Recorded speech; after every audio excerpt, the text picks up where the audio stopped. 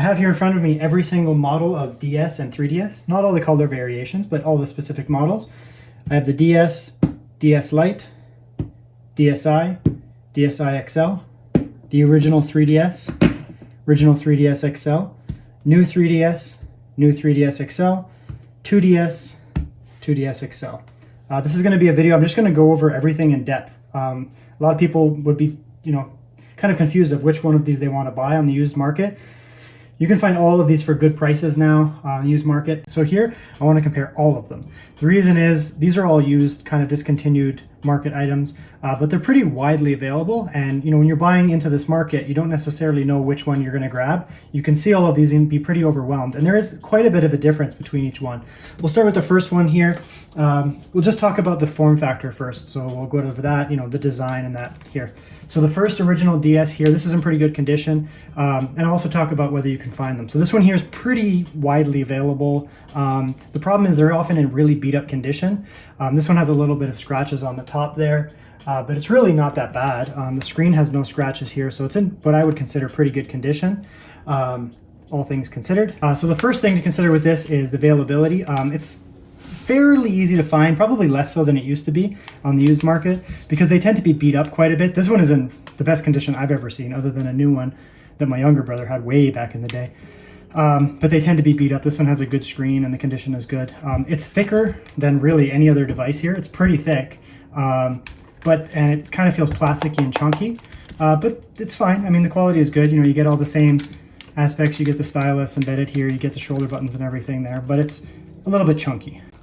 This model here does take Game Boy Advance cartridges. So if you have actual Game Boy Advance cartridges, you can plug them in there and you can play them natively, which means you can play games that you have, or if you have one of those EverCart type things, you can use that as well, and just load up like ROMs or whatever. You can put that in there. As far as I know, these are not moddable. You can't mod the system, unfortunately, but you can get these little SD card. You can get these things on, I don't know, eBay or I can't remember. These kind of things here that have an SD card. They basically are the form factor of a DS game, and they have a little SD card in them, and you can load up ROMs and things like that. So that's kind of like those gold cards they used to have back in the day. I never had one, but this is kind of how you would play games nowadays if you want to play ROMs and backups and things like that. But you can't mod this system. So in terms of emulation and homebrew, it's very limited. However, you can play Game Boy Advance games and you can play DS games. The DS Lite is what came after that. These are really easy to find online. They're actually slightly more expensive. The reason is these are also Game Boy Advance compatible. So you can get real Game Boy Advance games, put them in there, or if you have an EverCart, you can use it. So the same thing, you're going to need one of those cartridges, one of these things. Of course, you can just play native games as well, which I have a game in there, probably Mario or something in there. So you can play both of these. These are a little bit more desirable because they do play the Game Boy Advance games natively. So if you have a collection of that and you don't want to use your Game Boy Advance, this plays it flawlessly. So you can play your entire Game Boy Advance library with this device. One thing with these is they tend to have busted hinges a lot where it's floppy. This one has a nice click to it, so that's really, really good, but they tend to be beat up a bit. But these are pretty, you can find them pretty readily on like Facebook Marketplace and eBay. They're not super expensive. I think they're like, I don't know, 50, 60 Canadian dollars, which is not bad, to be honest. So they're good. And they come in lots of color options. You can get black and, I don't know, white, whatever, lots of different colors. Then you get into the DSi lineup. It has a camera in it, which is cool. So you get a camera, front-facing camera, and you get a back-facing camera, which is really neat.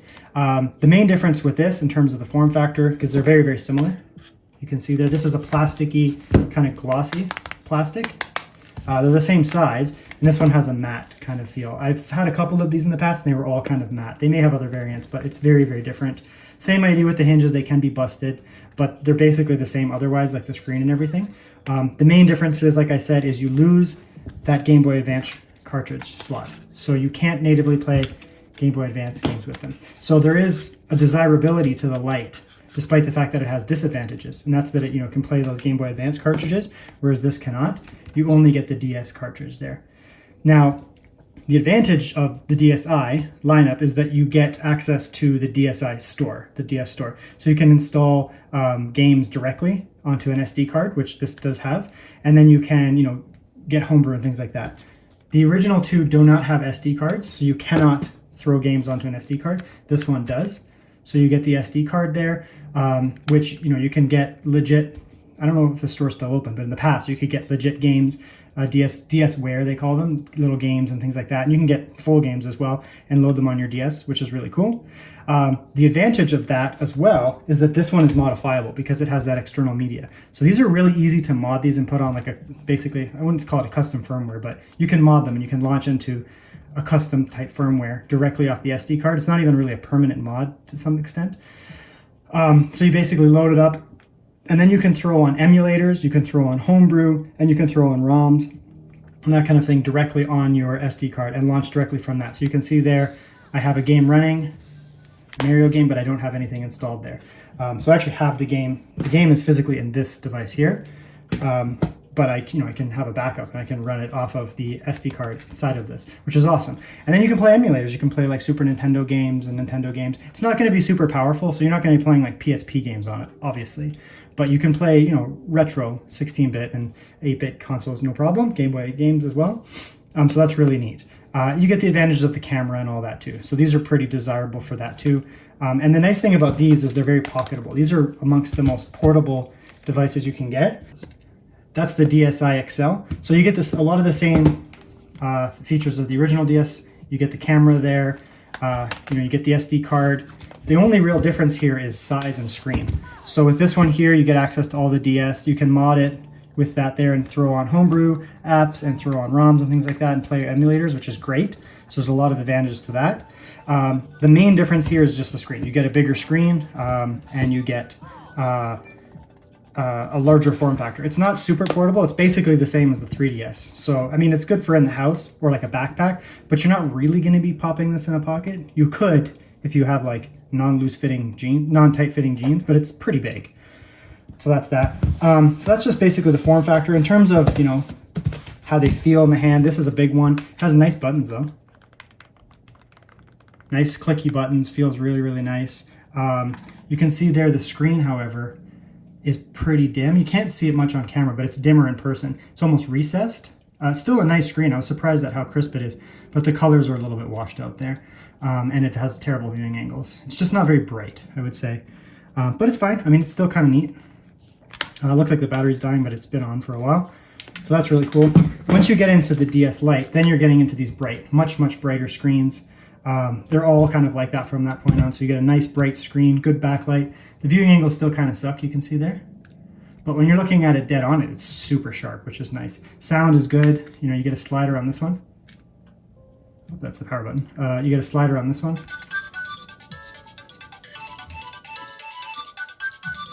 Two speakers there. Not loud, but serviceable. The DS Lite. This one's kind of dying, and you don't get a slider here, you get a button. A little bit louder. Otherwise, it's basically the same. The buttons on these two are kind of mushy. They're still good, they feel nice, but they're mushy. They don't have a click to them, a tactile click, both of them. But they still feel nice. It's still a very nice feeling device. Once you get into the DSi XL, then you get a huge screen.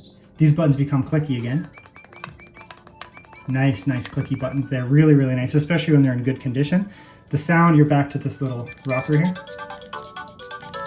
It's louder than the DS Lite. It's the same as the DS, basically. The DSi. Good sound. Now, the biggest thing here is you'll notice the IPS screen. So you can see those viewing angles. By default, all DSi XLs have IPS screens. IPS screens are desirable because they have better viewing angles. So, dead on, they're going to look the same. But the viewing angles are great. So if you're not looking at it dead on when you're playing games, it still is completely viewable. And it looks much better in person. The iPhone is not doing this remotely justice. In person, it looks great. This is the most expensive by far. You're looking at least $100 Canadian, if not more, for a good condition one. These can be pretty expensive because they're rarer. And they're desirable. They have those beautiful screens and they're really, really rare. And a lot of times they're beat up. But in all reality, I mean, this is probably the only one I would technically avoid unless you're a collector because, I don't know, it's just not as nice. Any of these are nice. If you're going to be wanting to play your Game Boy Advance library, if you have a Game Boy Advance, this is the one right here. This is the device you want. I would recommend this over a Game Boy Advance because you have access to the Game Boy Advance cartridges, you have access to DS cartridges, and they look great, and the Game Boy Advance games play really nice, and it's just a premium feeling device. It has the clamshell shut, it suspends really nice, so you're going to be able to save battery and things like that, and it's just a really, really nice device. Game Boy Advance, when you get into like the SPs, they're really good too, but this is kind of the premium way to go. So if you're going to be playing physical cartridges, this is the way to go. If you want to mod your system, I wouldn't go this route. If you want to play emulators, you're going to be going one of these two. And it's really up to you. At that point, they're both fantastic. The only difference is screen size. That's it. Pick the one that's going to be, the size that you want. So you can see here, there's quite a big difference in size there. Okay, so that's the biggest difference. And price, I guess, too. All right, now we're going to get into the 3DS lineup, which is kind of the next step up. So here we have the original 3DS, the 3DS XL, which are the originals that came out. The biggest difference here is form factor and size, but they have the same performance. Then we get into the new lineup here. So these here are all the new 2DS and 3DS, which they play the same games, but they have a more powerful processor. So some games run only on these. There's not very many, but there's a couple that only run on these. And games in general just run better because the new 3DS just has a more powerful capabilities. So you can see it says new 3DS there. I'll show you how to identify them in a second. But all of these here, all of them can play original DS titles. So if you have an original DS title, you pop it in there, it will play the DS game perfectly fine, just like the actual DSs over here. The biggest difference here is you can also play 3DS games. They have the same cartridge form factor, so you can play DS games or you can play 3DS games. With the SD card, if you want to play your DS games, I don't know if they have those for 3DSs, but you can get one of these online. You can put your DS games on there and you can play it the same. So you can have access to all your DS ROMs and backups and things like that. But I don't know if there's one of those for 3DS. I kind of doubt it, to be honest. So there's the original one here. These are really easy to find too. They're often really beat up. Same with the hinges. They're often beat up and all scratched up. This one, again, is really nice and portable. So you can see there, compared to the original DS, it's basically the same. Very, very portable. It has the advantages of the camera. You get an analog stick now. Very nice clicky buttons. The screens are nice and bright. They look good. You don't have the best viewing angles, you can see there, but the screens look bright. Buttons feel good. You have access to 3D if that's your thing. I don't like it, but you can turn it on and off. The original DS lineup here, 3DS lineup here, has inferior 3D. The 3D works on these here, but once you get into the new 3DS XL and the new 3DS, they have better 3D. It's not just the processor, it's just the implementation is superior. So I don't really like the 3D on any of them, but they're much better on this. I can actually play them. On this one, it just gives me like eye pain. But that's that there. The nice thing about all of these devices is all of them can be software modded. It is a fairly involved process. It's not as simple as you put an SD card like here and you just click a couple things. You actually need to modify the system, and it's a permanent mod. I don't know if there's a temporary mod at this point. So it is fairly involved. If you're not into that, you can get one of these things, those cards there for the DS games. But 3DS games, you can't back them up and play like dump games like that. You have to hard mod your system, which is kind of a pain. You do have access to an SD card here, so you can install your saves on that. And once you do mod your system, you can throw all kinds of ROMs and emulators and things on there. You can get lots of emulators for these systems, SNES, that kind of thing, and you can play them. I typically use my Vita for emulation of like older systems because you can get like RetroArch. Game Boy Advance games do run natively on all of these consoles, which is really nice because there's the Game Boy Advance Virtual Console, which is basically, it's built into the system. So they run perfectly, all the Game Boy Advance games. The thing is, none of them have a slot. You can't plug these in. So, you're going to download your games off of the Virtual Console and pay for them. The thing is, that may be down by now. It's 2022, the end. I know that's dropping at some point, but if not now, it's going to be in the very near future. So, if you have all those games, you're going to want to back them up. The nice thing is once you soft mod this system, you can install the games directly onto the system here, you can see. So you do have access to Game Boy Advance games running natively, which is really nice. You have access to DS games, which run natively, and you have access to 3DS games on all of these, which run natively, obviously.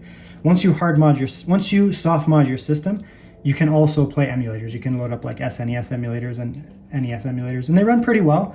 Overall, it's more powerful than the DS for sure.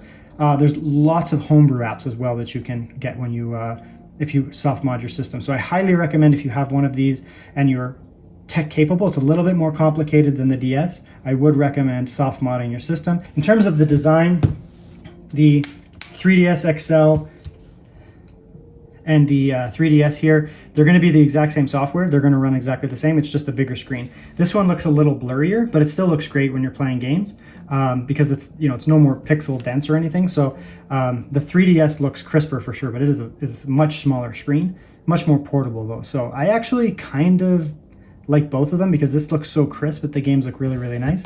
These ones, they look a little bit more blurry, but they still look great, to be honest. The buttons on both are nice and clicky.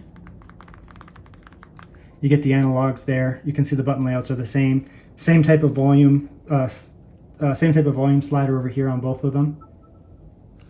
And then you get your 3 slider on there on both of them. 3D sucks on both of these. I don't like either of it. But it's still a really, really good handheld here. You get the cameras in that too. They're all the same. You get stylus. They're all basically the same. The difference is just size here. So that's the main difference between this one here and this one here. I don't know if there's a big price difference here. I'd say that these are probably a little bit easier to find, but they're more likely to be beat up because I don't know, maybe kids had them earlier or something. It's an earlier release, but they tend to be beat up a bit more and have hinge problems. This one's in immaculate condition other than fingerprints. But it's a really, really nice device. So, these you can get for like probably around 100 to 150 Canadian, something like that. These ones are almost always 150 Canadian. You can probably get them on eBay cheaper, but they might be beat up or like a Japanese region or something, but they're functionally the same. It's just a bigger device. And then we get into, where I would probably for most people buy in. The DSs are really, really good. But if you're going to be modding your system, just modding it, you don't have a lot of physical, Game Boy Advance cartridges, or you want to save them, these are where you're going to buy into the system. The reason is you have access to the DS library, you have access to the Game Boy Advance library, at least via emulation or whatever. You have access to emulators, and you can also get a lot of the quality of life improvements that come with the DS upgrades, new 3DS upgrades. So the new 3DS here, we'll do a comparison between the original 3DS there. So obviously they look way different. These come in tons of different designs, and the nice thing is with these you can actually pop off these shells and they're customizable, so you can probably still buy them, but this is like a white Super Mario one, there was a black one, there's all kinds of them. I've seen all kinds of these. These are actually kind of hard to find, the original 3DS, new 3DS in good condition. I don't know why, they're just kind of hard to find. They're kind of expensive, but they're kind of nice. So we'll look here and we'll open these up here. There's a couple immediate improvements. You can see the whole device is less glossy, so you get less reflections. The screen is physically larger, so you can see the screen is larger there. Not massively so, but the screen is larger, despite the devices being a similar size. So right off the bat, you get more screen per body ratio on these ones here, so that's why the new 3DS, one of the advantages right off the bat. The buttons are still nice and clicky. You'll notice here you get this little nub or whatever thing here, which is good for some games. If you're playing like Ocarina of Time, the remake or whatever it's called, you can use that to pan the camera around. So that's one thing. There's some different buttons layouts, like these buttons they're okay, but they're kind of a pain in the butt. It's nice to have the start and select over here and have that there. So there's just tweaks here and there. The camera's improved as well, so there's some advantages there. The 3D on these is better. It's still not great. You're not gonna see this on camera, but to my eyes, it looks way better. And it has something to do with the way it tracks your eyes. When you actually set up the device, it does something with the 3D. It tracks your eyes. It just looks better. So if you do want to play 3D, honestly, you're going to get rid of these original ones. Just no contest. Get rid of them and get into the new models right there. Same exact software. You're going to mod them the exact same way. They're going to play the exact same games. It is a more powerful processor, so for emulating older systems, it'll run better. The biggest thing is for some games like Xenosaga, and there's some other ones as well, you have to have the new 3DS because it's a more powerful processor. So the games that it has run better, period, and some of the games don't run on this model here. There's very, very few, so I wouldn't worry about it, but if there's a couple games that will run better. If you have the option between buying them and they're roughly the same price, get this one. It just makes more sense. So that's that there. These ones are pretty pricey and hard to find. The new 3DS original size. I don't know why, they're just hard to find, they're expensive. Then we get into the new 3DS XL, which is kind of the best device if you're going to be working from home. If you're going to be gaming from home, it's big, but it has a huge screen in comparison.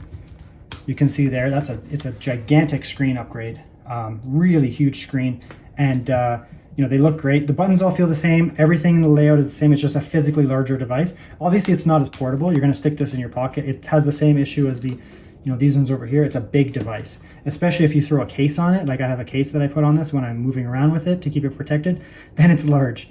So you're gonna want to throw a case on it, a screen protector for sure. Absolutely, you need a screen protector on the bottom for sure. So that's that there. It really comes down to how portable do you want it to be, right? Like that's the only real difference here in terms of form factor. But they're really good. One thing to consider if you watch my other video, I got lucky and I won this lottery. I have a double IPS screen here. That is not rare. That is not common. That is in fact very rare. Typically you have either no IPS screens or you have one or the other. IPS are those screens that have the viewing angles. See that viewing angle there versus this? You can't see it. It vanishes versus that, right? So that does matter when you're using a handheld.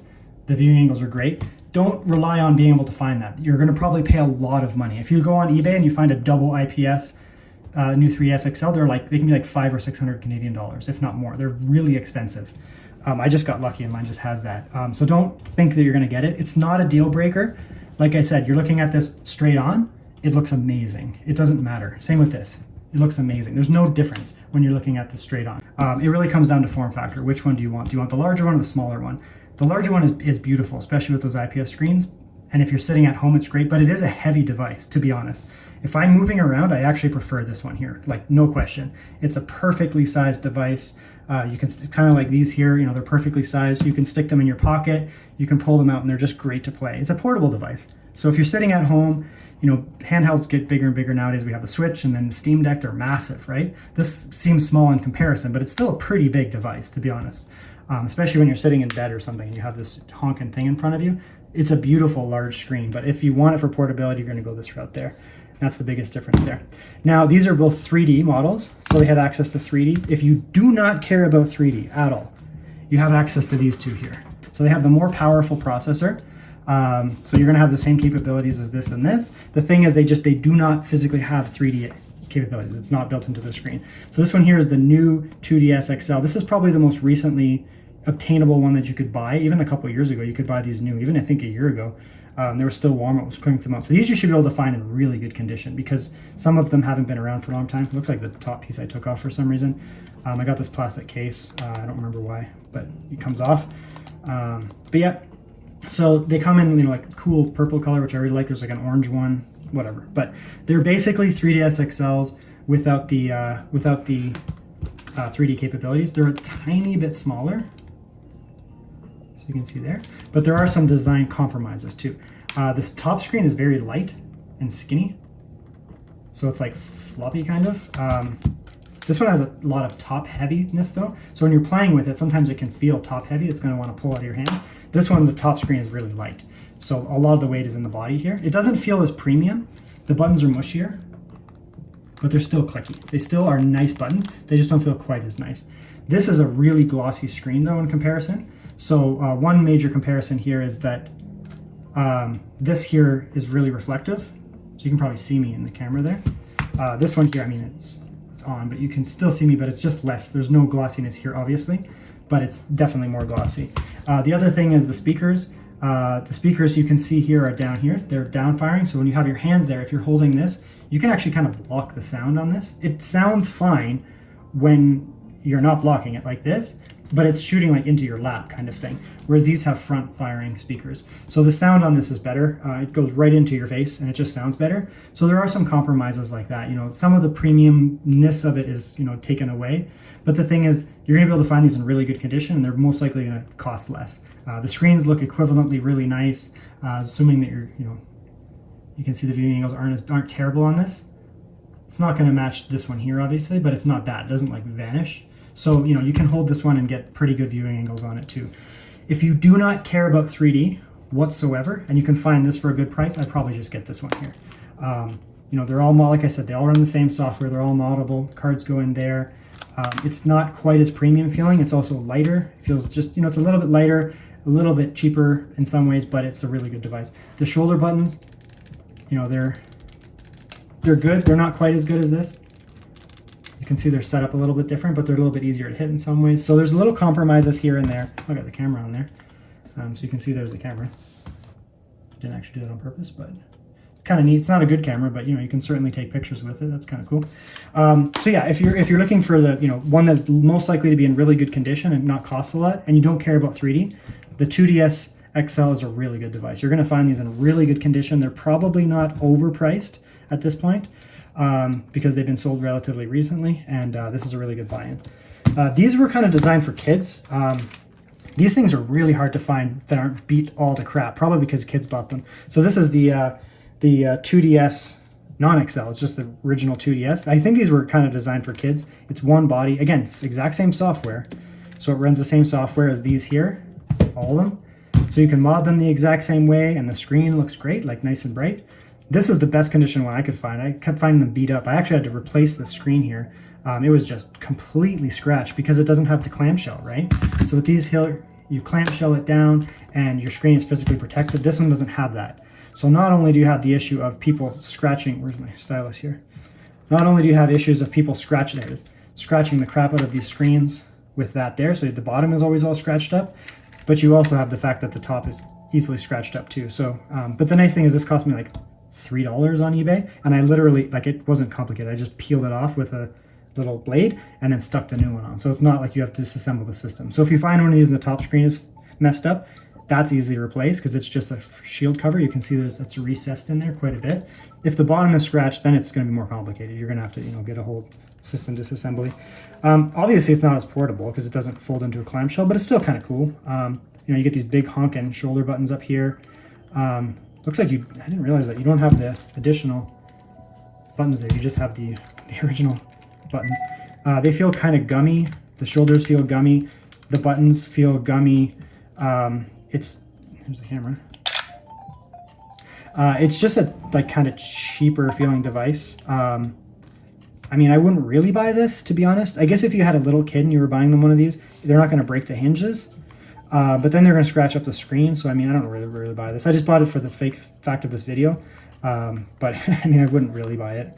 They were cheap at the time. When you went back in time, these were pretty cheap. You can probably find them for pretty cheap. That's the thing. But they're most likely be beat up.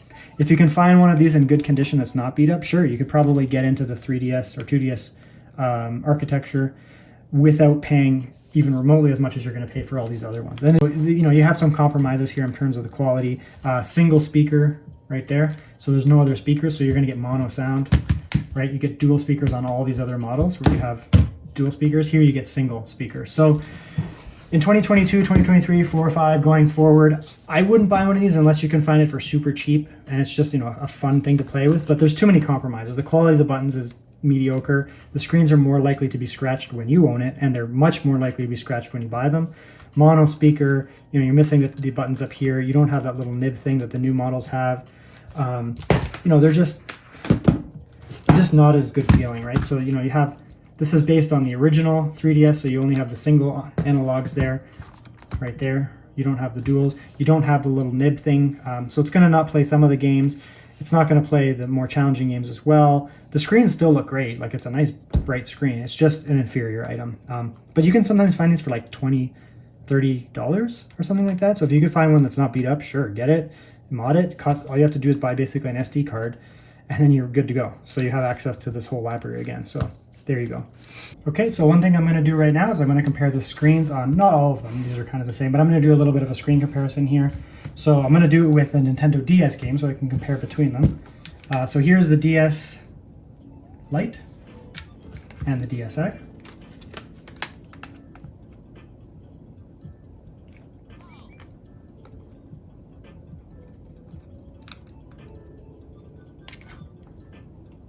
Right, so you can see they're basically identical.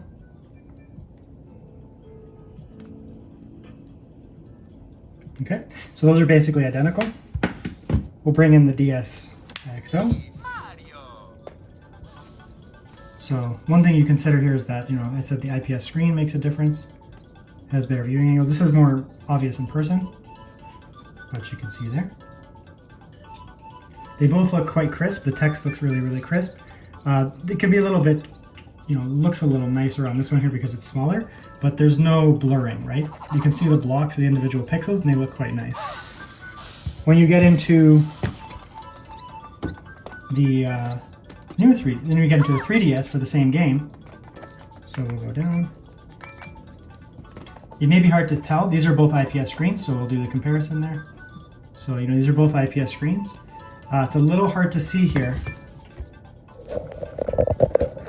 but this is a little bit blurry. So So you can see the pixels there. You may actually like the fact that this is a little bit blurred, whereas this has pixels, but you can also see that the screen is, shrunk a little bit there. You can do a shortcut here to shrink this down to the native aspect ratio, but it all depends what you're looking for.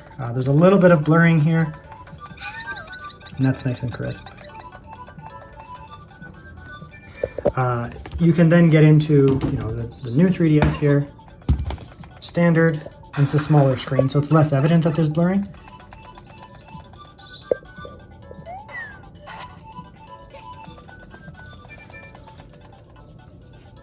So by no means is this a deal breaker. To be honest, for me, 99.9% of the time, I'm just going to play on my one of my 3DSs here, even for DS games, because the difference is pretty negligible. You can see here, that's my camera's kind of seeing that pattern, but you can't see that in person. It's just a little softer. Even to my eyes, it's more obvious, but it's so negligible that I wouldn't really worry about it. So we have the new 3DS XL here. We have the new 3DS XL up here. We have the 3DS XL, the new 3DS, whatever, all these over here. They're going to run DS games great, and they're going to look great. So I wouldn't make that a major consideration. I do have a video that goes a little bit more into depth on how the pixels look, but really, the DS games look great on all of them. So, if you want to be able to play 3DS games, then immediately these are all out of the question, right? You're getting out of here, and then it really just comes down to how the 3DS games look. Okay, I thought this would be kind of neat. I'm leaving this 3DS XL up because I don't have the game on it, but I'm going to look at the same game on all of them. So we'll just have a look here. So that's the viewing angles there. So you can see obviously the double IPS screen does pop. They all look great, especially when you look at them dead on. But the double IPS is really, really nice if you can find one. But you can see there's other considerations too. Like there's a lot of glare on this one here. There's a lot of glare on here. Quite a bit you can see there, right? Whereas these are plastic on the outside, so they don't have any glare. So that's one thing to consider. If you don't like glare, these models here are going to have no glare. The 2DS XL and the original 3DS have a lot of glare. That's one thing. The IPS screen is going to be something that's going to make a big difference, but I wouldn't factor that in for the average buyer because it's going to be hard to find. Okay, so I froze at this intro part here so you can just really see how they look, the colors in that.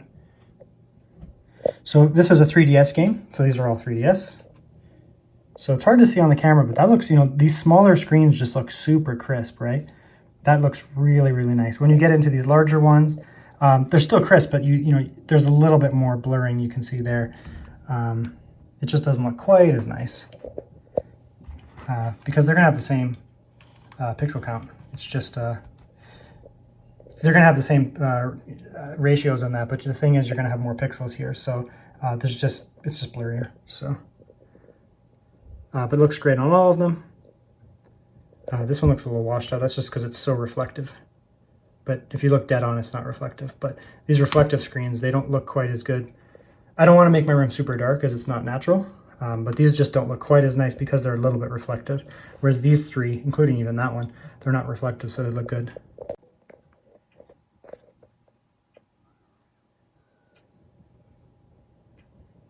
Okay, so there you can see the screens a little bit more. The IPS screen, again, it's unfair. It pops quite a bit, but the colors are just more vibrant, but they all look good, right?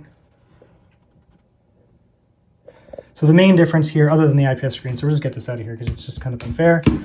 It's going to come down to what kind of, if you want the small, kind of more refined screen that looks a little sharper just because it's smaller, or do you want to go with the larger screen that you have more real estate, but it's not quite as sharp. And even this one looks pretty good, to be honest. You can see that the colors are more or less all the same, other than the IPS one, which I took out because it's kind of unfair. So really any of these devices are fine, including that one back there. It just comes down to form factor, really, and what you're going to do with them. Yeah, there you go. One thing to be aware of, it's not super important if you're getting your device with a charger, but if you need to pick up some accessories, they don't all use the same charger. The original DS is the only one to use this charger here. So you can see that there. It's only used for this original DS. None of the other devices use this. So that's one thing. This one here kind of looks like the more modern chargers, but you'll see here it doesn't even fit into the DSi, it only works on the DS Lite. So that's kind of annoying. So the DS Lite also has its own charger. You can see there, which is unfortunate. And then we get into what I would consider the more modern one, which all of the other devices use. They're all interchangeable, at least I can charge my devices with them. So all the way from the DSi here, all the way up to, you know, the new 3DSs and that.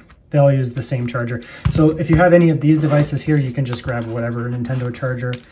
OEM are pretty easy to find, so I would just get that, but you can get a replacement probably, and they'll all use the same charger here. The DS Lite uses this charger, its own thing, and the original DS has its own charger, so that's something to just be aware of.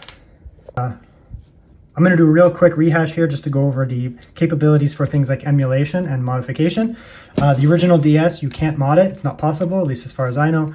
If you want to play backups and ROMs, you can only play the DS ones, and you have to do it over this little all-in-one kind of card here. You might be able to play Game Boy Advance on there. I don't remember if you can do that or not, but basically count on the fact that you're going to be playing DS games off of that. And then it does play physical Game Boy cartridges, Game Boy Advance cartridges, so you can get like an EverCart. So you have that ability, but you don't mod the actual system. You just use these kind of whatever EverCart type things. So you can't do Homebrew on this. It's not possible. DS Lite, basically exactly the same. You cannot mod the system. You're going to be using like an EverCart or something like that, or one of these if you want to play ROMs, but you can't play Homebrew on them. You can't mod the system, at least you can't soft mod it. So those are both out of the question. Neither of them have an SD card, that's why. There's no way of interfacing there. The DSi and the DSi XL are both moddable, so you basically have the SD card slot there. You can put the slot in there, and then you're going to use that to basically modify the system. The modified systems can then run Homebrew applications. You can run emulators as a result, running older games. You can play backups as well directly off of the SD card, so you don't need one of those little DSi cartridges or whatever. So you can do that. These are the only two out of those that can actually play official DSware games as well. So if you download DSware off of the official site, or when it closes down, if you get it off some abandonware site or whatever, these devices can play DSware, whereas these cannot. So that's an important consideration if you want to play DSware, or if you want to mod the system so that you can have, you know, all of your games basically on an SD card. These are the way to go, one of these two, and then you don't need to have one of these kind of these little backup cartridge things there. But you do lose the ability to play Game Boy Advanced over you know, physical cartridges or those like EverCart type things. Modifying these systems, they're all identical. All of them use the exact same modification system. There might be some minor tweaks in them, but basically they're all the same. It's a little bit of a complicated process. It's not hard if you follow the directions exactly. I wouldn't follow a YouTube video. I would follow an online guide because they tend to be more updated. And then what you do is you basically just follow it through step by step. Don't skip any steps. Once it's modified, it's permanently modified. So you open up the system and you basically have access to all of your Homebrew. And what that allows you to do is you can obviously play backups. So you can play any of you can install dumped games. So basically if you dump a 3DS game, you can then install it directly on your device, and you no longer have to carry cartridges with you to play the games. You basically load it right off of the SD card inside, so that's pretty great. You can also load up, I'd call it like an emulator basically for DSi. It's called Twilight, and you're able to play DS ROMs out of that, but you don't actually install the DSi. You don't actually install the DS ROMs, they basically play it out of that emulator. However, you do install Game Boy Advanced. So once you modify this system, you can install Game Boy Advance games, and they'll show up right on your home screen here. We'll see here. So I have all these are 3DS games. They're all installed right on the system. And then these are all Game Boy Advance games, because what it does is it actually injects it into a virtual console, because this runs Game Boy Advance games natively via the virtual console. So what you have here is you have Game Boy Advance games that are now running basically right off of the console itself, which is pretty sweet. With these here, because you're not going to be playing 3DS games, the games aren't huge, so you can get by with a relatively small SD card. Like 16 gigabytes would probably be enough to get like every game you want really on these systems. If you're going to be putting a lot of games for emulation, you may want more, but 16 seems to be enough for me. On these here, 32 is pretty small. I would say, I think in this one I have a 256 gigabyte, which is huge. I don't even think it's officially supported, but once you mod it, you can. So I have a 256 in this, which has a lot of games on it. I have basically everything I can possibly want. You can put lots of emulators and stuff and Homebrew games as a result. And I think this one has 128, which is full, like completely full. This is like close to full, but not quite. This one has 128 gigabytes, and I think these have like, this one has a 64, and I just kind of flip them around. So basically, if you're buying one of these systems here, you're going to want to buy at least, I would say, a 64 gigabyte SD card personally, micro SD card, not an SD card. So you're going to get a 64 gigabyte micro SD card. It comes with that little adapter you can see there, because it takes full-size SD cards, but just get a micro SD. 64 gigabytes is where I'd start, up to 128. That's probably reasonable for most people.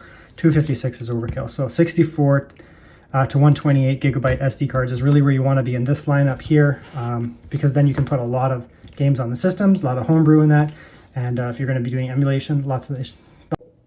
So here's my takeaway. If you want to be able to access your Game Boy Advance library with physical cartridges, your only option is this here, really. You could get the original DS, but it's less likely to be in good condition. It's just, there's a lot of loss there, so it's cool to have, but it's not the best. The DS Lite is where you're going to go if you have a physical Game Boy Advance collection. This is what you want to buy, probably even over a Game Boy Advance, to be honest. Just buy this. You're going to have access to DS, you're going to have access to Game Boy Advanced games right there. So that's, and they're relatively well priced, like 50, 40 Canadian dollars in good condition. You can get crappy condition ones for cheaper, but and on eBay they're easy to find too. If you want to play DS games and you're okay with modding your system, then you can get into these DSi systems here, and you're going to have access to emulators and that, like for SNES and that too. But none of these are going to have access to 3DS. So if you're only playing DS and you're going to mod your system and play DS or earlier systems, these are totally fine. You can buy into them and you'll be totally fine with that. If you do want to get a more versatile option, honestly, I would skip all of these here and I would get into these here. The reason being, like I said, you have native DS support, so you're going to be able to play all of your DS games, including cartridges, or you can do it via modding and you can have your dumps there. They all support Game Boy Advance games, not cartridges, because none of them have a cartridge slot, but via the virtual console. So you can buy those games on the store, or once that shuts down, if it's not already shut down, you can mod your systems, then you can have your games specifically running natively on the software itself. So you're going to have access to DS games natively via cartridge or installed. You're going to have access to Game Boy Advance games natively or installed, and you're going to have access to 3DS games as well. So this is where I would buy in for most people, because they're, you're going to be looking at kind of maybe a little bit more expensive than this here, but they're not super expensive, especially some of these older ones here. Then it really comes down to, do you really care about the couple games that require the new 3DS tag? There's the one Xeno game that requires it, and there's some other advancements like the little nib there that you can use in Ocarina of Time, but really, if you're going to play those specific few games that are only supported on the new 3DS, I guess you could get one of these here. But if you don't really care and price matters, then you're going to be buying in these here. The original 3DS can be had for pretty cheap, and it is still a really nice device, and you're going to have access to the whole library. If the screen's a little small, just get the XL one. They're not really much more expensive. And you have access to, like I said, DS, Game Boy Advance, and 3DS games. There's only a couple that don't play on this, and it runs perfectly fine. If you want to spend a little bit more money, then you're going to want to get into these here, and then you have access to the entire library, slightly faster processor, so it is going to make a difference for emulation too. Then it just comes down to form factor and condition. This one's probably the most likely to be in good condition just because they're relatively new, but it's a little bit lower quality. These here are a little bit more expensive for sure when you buy them, especially the 3DS XL, especially if it has an IPS screen, but I think you're fine regardless. This is my favorite of every device on the table. The standard 3DS is just an amazing device. Even though it doesn't have the IPS like this, it's just perfect size for me and form factor and everything. It plays everything I want. If I'm at home though, it is nice to have that larger screen and play some games that are just larger. But for me, these are kind of the premium options here, whichever one you want to get into. If you can find these for a good price, just decide on size. That's really all you're going to decide on. Don't worry about the IPS screen. Just say, do you want the smaller device or the larger device, and go from there. This still has a really big screen. Even though it's a smaller form factor, it has a really big screen.